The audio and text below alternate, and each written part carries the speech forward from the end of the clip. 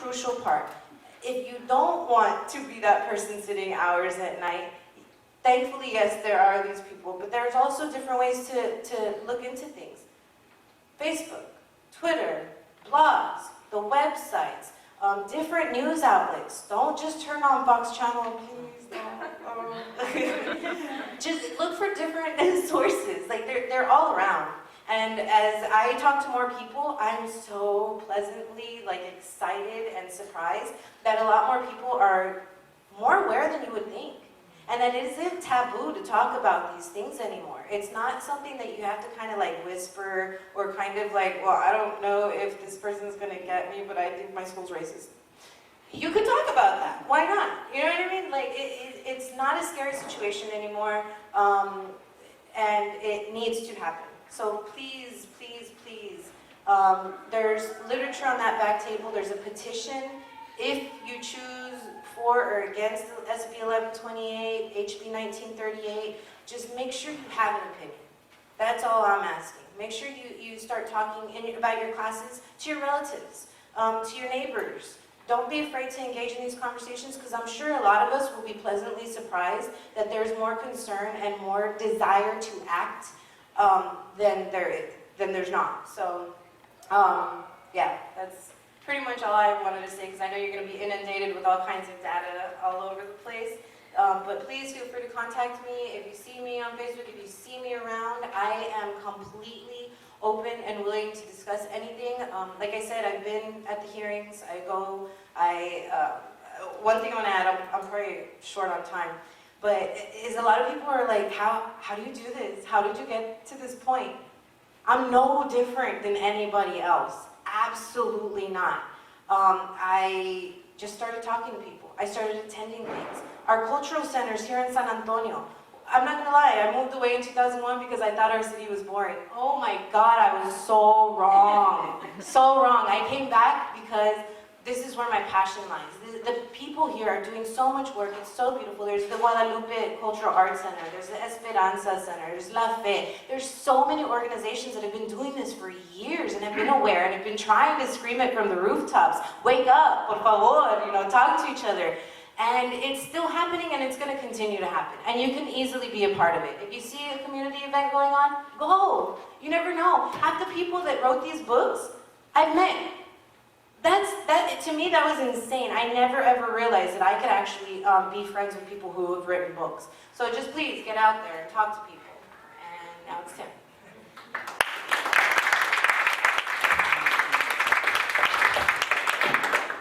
As y'all witnessed, a lot of passion in this young woman. She's been more active than any of us. She drives up to Austin on her own, with her own gas, on her own time. She wakes up at 5 in the morning to be there at 7:30 legislative meetings and meeting with senators, representatives. So she's been advocating for the rest of us when we don't have the time or the schedule to allow it. So, I need your help. But she needs help. All right, that's why we're here today. Next is Tim. Be prepared to be blown away. No pressure. No pressure. Yeah, I was going to say it's going to be tough to follow that up, but I'm going to do my best. A little bit about myself that Leo didn't mention. My tío, he was a bracero, so to speak. He was a child migrant worker since he was, 7, I forget, and so was the rest of his family. And he became active in politics during the Chicano movement in Laredo with Vista and to a certain extent La Raza Unida. So he didn't finish school. He got through middle school. So his dream, if he would have had the chance and the opportunity and the privilege to go to higher education, would be a lawyer. And so vicariously, I hope he can experience that through my accomplishments if I get to become a lawyer. Sonia and June and Teresita we're all talking about this collectively, but what I'm going to talk about specifically is Occupy Education, a similar movement that's been going on for a few years already. I'm going to put it into context with these bills, and there's actually an ongoing battle in Texas called Save Texas Schools, which is against Governor Perry and his rainy day fund, which is supposed to be for education, but as many of you know, it's not being used that way. But the gist of my speech will regard society, politics, and education, and why ethnic studies matters. To put into context, we're talking about gaps and educational equality and why perhaps some of our people of color are not graduating as fast as the white population. Well, the people that are aged 18 to 34 today are considered millennials. You know about Gen X, Generation X, but after Generation X are millennials. And the millennials, the easiest way to typify them is they're going to be in debt for life. So if you're in that demographic, unfortunately, the reality is we're in debt for life. So I'm going to get as much school as I can. Compared to and another thing that typifies these millennial generation is that these effects that we're experiencing started in 1980 after President Reagan, the Reagan Revolution, and the start of the battle against the public sector, privatization, neoliberalism. Some other stats, post-high school college enrollment grows, but gaps remain the same. In 1980, for low-income families, 32% enrolled in college, and high-income students or families, 65%. So there was a discrepancy between the low-income and high-income of about 17%. But today, the low-income students, they do go to college at a higher rate, but the gap between low-income and high-income is 29%. So it's grown since the 1980s. Basically, that means low-income and middle-income students and families are being affected more by the recession, by the economy, by deregulation, things like that. 18 to 24-year-olds, generally speaking, are more unemployed than the general population. 18 to 40-year-olds, generally speaking, since the crash, per se, their personal debt has increased almost 40%. Tuition in 1980 on average was $3,000 at any given public institution. Today, on average, it's $9,000. So you put these things into context, who's getting affected more is disproportionately people of color, Latinos, blacks, and all marginalized minority groups. So that figure from $3,000 to $9,000, effectively tuition has tripled over the last 30 years. Now, inflation has not. Inflation is what, at 3.4, 3.8 or what have you. Now, in July, our student loan rates will increase from 3.4 to 6.8. In 1980, 69% of public education was funded by Pell Grants. Today, less than 30%. So all of these things put into context, you think, well, it's a tough economy, what have you. No, it's not a tough economy. That's natural. The economy is always going to shift, always going to do what it does. But these are the effects of deregulation, the effects of privatization of public education. Back in the 80s, and with Lindsey Graham, Ronald Reagan, and all their cohorts, they instituted deregulation at the union level, at the institutional level, here in schools. And we're going to be in debt, 25,000 as I alluded to. I just wanted to give you a few stats. And now I'm going to talk about a little bit more why ethnic studies is important given these facts. Arguably, as we've been taught since high school, since elementary, if you go to college, you're going to do good, you're going to get a job, you're going to buy a house. Well, that isn't happening for us. That's usually called the pursuit of happiness. And the pursuit of happiness is the American dream. And access to education and equalizing educational arenas is crucial to this pursuit and success. Despite significant advances in political equality and marginal exceptional increases in access to education and socioeconomic status mobility since the Civil Rights era, U.S. American society is superficially characterized as unabatedly neoliberal capitalist, self-reliant, and largely white supremacist.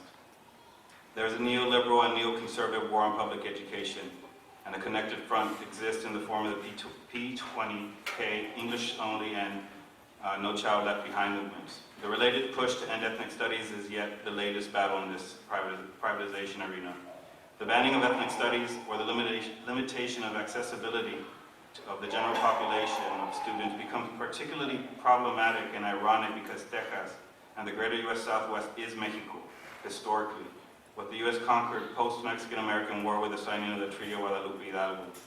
In addition, our border culture is a hybrid culture comprised of culturally similar but individually diverse people on both sides of the Mexico-U.S. border. We're the same. I'm going to describe the Chicano educational pipeline, which describes the historically statistical path that any given a number of 100 Mexican-American students will encounter in his or her educational career. Out of 100 Mexican-American students that enter the public education system, 46 of those will graduate from high school. And as one of our colleagues in Arizona, Sean Ashley, says, the other 54 will be pushed out. And will they be pushed out is either into community or into prisons, really. That's where the other 54 are going. Now, out of those 46 that go to college or that graduate, 26 of those will go on to graduate from a 4-year institution, while 17 will go on to a 2-year institution, community college. And maybe 8 of those will go on to transfer to a 4-year degree, or a program, excuse me. Only 8 of those that graduate with a bachelor's will likely earn a graduate or a professional degree, a master's. What's worse, after that level, only 0.2, that's less than 1% of our Chicana scholars will get a PhD. And these numbers reflect across the marginalized group, African Americans, Asian Americans. Well, Asian Americans are slightly higher, but nevertheless, the disparity is there, and the disparity in educational attainment is unacceptable. And Mexican American studies and ethnic studies confronts this critical issue through critical theory.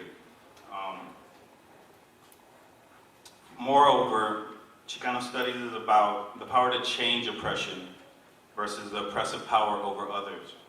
MAS is an inherently multicultural, critical educational model that embraces empowerment through love, awareness, and respect for all cultures. It's about social transformation, both here in the community and in the academy.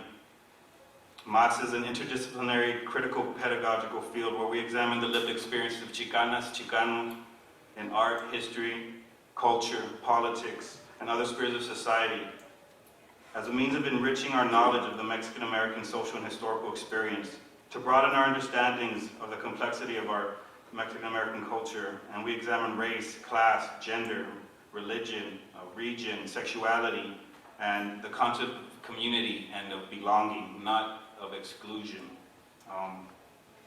MAS stresses creating a stable identity in their pupils and their students. Sonia talked about, not really being active, or I considered her an activist before 3 months ago, but she talked about where did she get it from. In MAS, we try to create this stable identity. You may or may not think I'm shy, but I'm one of the shyest persons that you'll meet. That's why I'm stuttering a little bit. But MAS has given me this confidence, aside from also engaging in the community. MAS has given me this confidence to lose that fear, to confront my fears, to have a voice. And I think that's what Sonia was talking about. Studies have consistently shown how stable identities directly affect motivation to learn, and thus the potentiality for educational achievement. In Arizona, there was a test, or there was studies done. The students in Arizona that are under fire right now, their ethnic studies program got taken away. Their students matriculated to college at higher rates than anybody in the school. They had the highest attendance rates. They had the highest scores on standardized tests that we're talking about, not connecting, from high school to college earlier, what June was saying. Our students excel, period. There's no argument. So thus, critical studies programs highlight both Latina and Latino student success and improvement in both educational attainment and achievement, as I just said. MAS professors, for me, this is where it really gets, important. For me, as I was describing, I'm a shy individual, and I thought I had lost this confidence. I was confident once in my life. I went through my trials and tribulations and whatnot, and I lost that confidence. But I have it again, and MAS is really the reason. I've always been politicized, I feel. I got politicized since Clinton was in the little scandal back in the day, and I was like, something's not right. So I've always thought to question authority. And that goes for all authority figures. But for me, MAS and MAS professors have given me a glimpse of mentorship, what I've always been seeking. I've always wanted a mentor. And the side of academia, not really seen elsewhere. Coming from poli-sci, I know one professor that I could consider my friend. And in this program, Dr. Liliana Saldana, Dr. Keta Miranda, Dr. Josie Mendez-Negrete, and Dr. Marcos Cervantes isn't here, but they're all a very big part of my support group. And now extending it to Dr. Aguilar and Pedraza and others in the audience that we're all a collective here. Their consciousness of the historical experience of Chicana and Chicano students and their own subjective experiences ascending to the academy created a unique space for teaching and for learning where the relationship between professor and student is equal. In MAS, the body of knowledge not only comes from our professors and from scholarship, but it comes from the community, it comes from the students, and we all have a voice in the classroom, and we all engage critically. At times, most MAS professors allow us to call them by their first name. And the classes and the content, they're not easy. Don't think it's a walk in the park. It's very reading intensive, very writing intensive, and that is due to the critical nature, or the nature of our critical theory, our pedagogy. It's inherently critical. When I say critical, we have to analyze things. We just don't, do a simple fill in the blanks and we're done. We have to engage, and it's tough.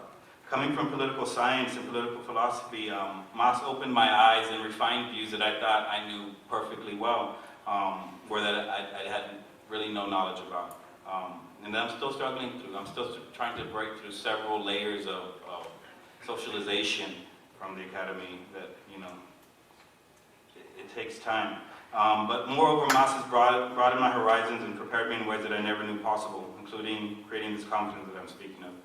What's basically taught in traditional schools is basically a romanticized, abridged, edited, and glamorized version of Anglo, or rather really your American history.